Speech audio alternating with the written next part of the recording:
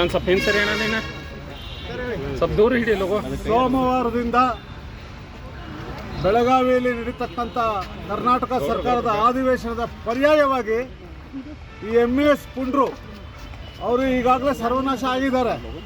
ಇರ್ತಕ್ಕಂಥವರು ಅನಾವಶ್ಯಕವಾಗಿ ಸರ್ಕಾರದ ಅಧಿವೇಶನದ ವಿರುದ್ಧವಾಗಿ ಮಹಾಮೇಳವನ್ನು ನಡೆಸ್ತಕ್ಕಂಥ ಪದ್ಧತಿನ ಭಾಳ ದಿವಸದಿಂದನೂ ಕುಚೋದ್ಯವನ್ನು ಮಾಡ್ಕೊಂಡು ಬಂದಿದ್ದಾರೆ. ಈಗಾಗಲೇ ಹಿಂದೆ ಅವರಿಗೆ ತಕ್ಕ ಪಾಠವನ್ನು ಕಲಿಸಿದ್ದೀವಿ. ಈ ಬಾರಿನೂ ಅವರು ಅನೇಕ ಗತ್ತುಗಳಿಂದ ನಾವು ಈ ಮಹಾಮೇಳವನ್ನು ನಡೆಸ್ತೇವೆ.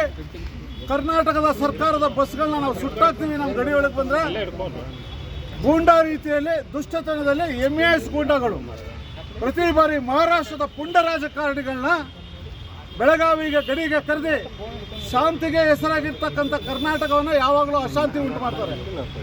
ಈ ಪೊಲೀಸ್ ಇಲಾಖೆ ಅದು ಜಿಲ್ಲಾಡಳಿತ ಯಾವುದೇ ಕಾರಣಕ್ಕೂ ಮಹಾಮೇಳಕ್ಕೆ ಆಸ್ಪದ ಕೊಡಬಾರದು. ಈ ಶಿವಸೇನೆ MES ಪುಂಡ್ರಿಗೆ ತಕ್ಕ ಪಾಠವನ್ನು ಕಲಿಸಬೇಕು. ಇಲ್ಲವಾದ ಪಕ್ಷದಲ್ಲಿ ಕನ್ನಡ ಪರ ಹೋರಾಟಗಾರರು ಇಲ್ಲಿವರೆಗೂ ಏನೋ ಒಂದು ತಮ್ಮ ದೈತ್ಯ ಶಕ್ತಿಯನ್ನು ತೋರಿಸ್ಕೊಂಡು ಬಂದಿದ್ದಾರೆ. ಆ MES ಮತ್ತು ಶಿವಸೇನೆ ಗುಂಡಗಳಿಗೆ ಮತ್ತು ಹೊರ ರಾಜ್ಯದಿಂದ ಬರ್ತಕ್ಕಂಥ ಪುಂಡ ರಾಜಕಾರಣಿಗಳಿಗೆ ತಕ್ಕ ಪಾಠವನ್ನು ಕಲಿಸ್ತೀವಿ ಅಂತಕ್ಕಂಥ ಈ ಮುಖಾಂತರ ಜಿಲ್ಲಾಡಳಿತಕ್ಕೆ ತಿಳಿಸಕ್ಕೆ ಇಚ್ಛೆಪಡ್ತೀವಿ. ಕೊಲ್ಲಾಪುರದಲ್ಲಿ ಇವ್ರ ನಮ್ಮ ಏನಾದರೂ ಇಲ್ಲಿ ಮಹಾಮೇಳಕ್ಕೆ ಅನುಮತಿ ಕೊಡದಿದ್ರೆ ಅಲ್ಲಿ ಕರ್ನಾಟಕ ಬಸ್ಗಳನ್ನ ತಡಿತೀವಿ ಅಂತೇಳಿ ಎಚ್ಚರಿಕೆ ಕೊಟ್ಟಿದ್ದಾರೆ. ಆ ಮುಟ್ಟಾಳರಿಗೆ ಅರಿವಿಲ್ಲ. ಬರೀ ಕರ್ನಾಟಕದ ಬಸ್ ಮಾತ್ರ ಕೊಲ್ಲಾಪುರಕ್ಕೆ ಹೋಗಲ್ಲ, ಮಹಾರಾಷ್ಟ್ರ ಬಸ್ಸನ್ನ ಕರ್ನಾಟಕಕ್ಕೆ ಬರಬೇಕು. ಅದನ್ನು ಅರ್ಥ ಮಾಡ್ಕೊಳ್ಳಿ. ಗಾಜಿನ ಮೇಲೆ ಕೊಳ್ತೀವಿ ಕಲ್ಲೊಡೆಯೋ ಕೆಲಸ ಮಾಡಬಾರ್ದು.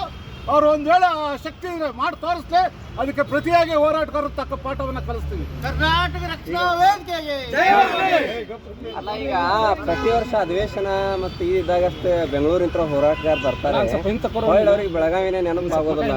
ರಾಜ್ಯೋತ್ಸವ ಸಂದರ್ಭದಲ್ಲಿ ನೀವು ಯಾರು ಹಿಂದಿನ ದಿನ ಬರ್ತೀರಿ, ಮತ್ತೆ ಹೋದ್ರೆ ಬರೋದು ನೀವು ಮುಂದಿನ ವರ್ಷ. ಸಾಂಪ್ರದಾಯಿಕವಾದ ಪ್ರಶ್ನೆಗಳು ಬೆಳಗಾವಿ ಗಡಿ ವಿಷಯದಲ್ಲಿ ಬೆಂಗಳೂರಿಂದ ಎಷ್ಟು ಧ್ವನಿಗಳು ಬಂದಿದೆ ಅಂತ ತಿಳ್ಕೊಳ್ಳಿ. ಬೆಳಗಾವಿಯ ಮಹಾಪೌರನಿಗೆ ಮಸಿ ಬೆಳೆದಿದ್ದೆಲ್ಲಿಂದ ಅಂತ ತಿಳ್ಕೊಳ್ಳಿ. ಇಲ್ಲಿನ ಹೋರಾಟಗಾರರಿಗೆ ಆತ್ಮಸ್ಥೈರ್ಯ ಶಕ್ತಿಯನ್ನು ತುಂಬಿದ್ದು ನಮ್ಗೆ ಯಾವುದೋ ಗಡಿ ಭಾಗಗಳಿಲ್ಲ ಸರ್, ಉತ್ತರ ದಕ್ಷಿಣ ಪೂರ್ವ ಪಶ್ಚಿಮ ಅಂತ. ಯಾವುದೇ ಬೆಳಗಾವಿಯ ಅಸ್ಮಿತೆಗೆ ಧಕ್ಕೆ ಬಂದಾಗ ಕನ್ನಡ ಪರ ಹೋರಾಟಗಾರರು ಎಲ್ಲ ದಿಕ್ಕುಗಳಿದ್ದನು ಬೆಳಗಾವಿಗೆ ಬಂದು ಪೂರಕವಾದ ಬೆಂಬಲವನ್ನು ಕೊಟ್ಟಿದ್ವಿ, ಈಗಲೂ ಕೊಡ್ತೀವಿ, ಇನ್ನು ಮುಂದೆನೂ ಕೊಡ್ತೀವಿ. ಗಡಿಯಲ್ಲಿ ಮರಾಠಿ ಶಾಲೆಗಳಲ್ಲಿ ಕನ್ನಡ ಶಿಕ್ಷಕರಿಲ್ಲ, ಕನ್ನಡ ಶಾಲೆಗಳು ಅಧೋಗತಿ ಹೋಗ್ಯಾವ. ಎಷ್ಟು ಶಾಲೆಗಳು ಆ ಥರ ಇದಾವೆ, ಅದಕ್ಕೇನು ಧ್ವನಿ ಎತ್ತಿರ? ನಾನು ಕನ್ನಡ ವಿರೋಧಿಗಳು ಅನ್ನೋಕ್ಕಿಂತ ಸರ್ಕಾರದ ಇಚ್ಛಾಶಕ್ತಿ ಇದರಲ್ಲಿ ಭಾಳ ಕಮ್ಮಿ ಇದೆ. ಸರ್ಕಾರದ ಮೇಲೆ ಗಡಿ ಅಭಿವೃದ್ಧಿ ಪ್ರಾಧಿಕಾರದ ಅಧ್ಯಕ್ಷರು ಹಿಂದೆ ಇದ್ರಲ್ಲ C. ಸೋಮಶೇಖರ್ ಅವರು, ಅವ್ರ ಮುಖಾಂತರ ನಾವು ಸರ್ವೆ ಮಾಡಿಸಿ ಇದಕ್ಕೆ ಸರ್ಕಾರದ ಪೂರಕವಾದ ವರದಿ ಕೊಟ್ಟಿದ್ವಿ. ಆ ವರದಿ ಕಾಗದದ ಮೇಲೆ ಇದೆ, ಅದನ್ನು ಜಾರಿಗೆ ಬರುವಂಥ ಕೆಲಸವನ್ನು ಗಡಿ ಅಭಿವೃದ್ಧಿ ಪ್ರಾಧಿಕಾರದವ್ರಿಗೆ ತಿಳಿಸಿ.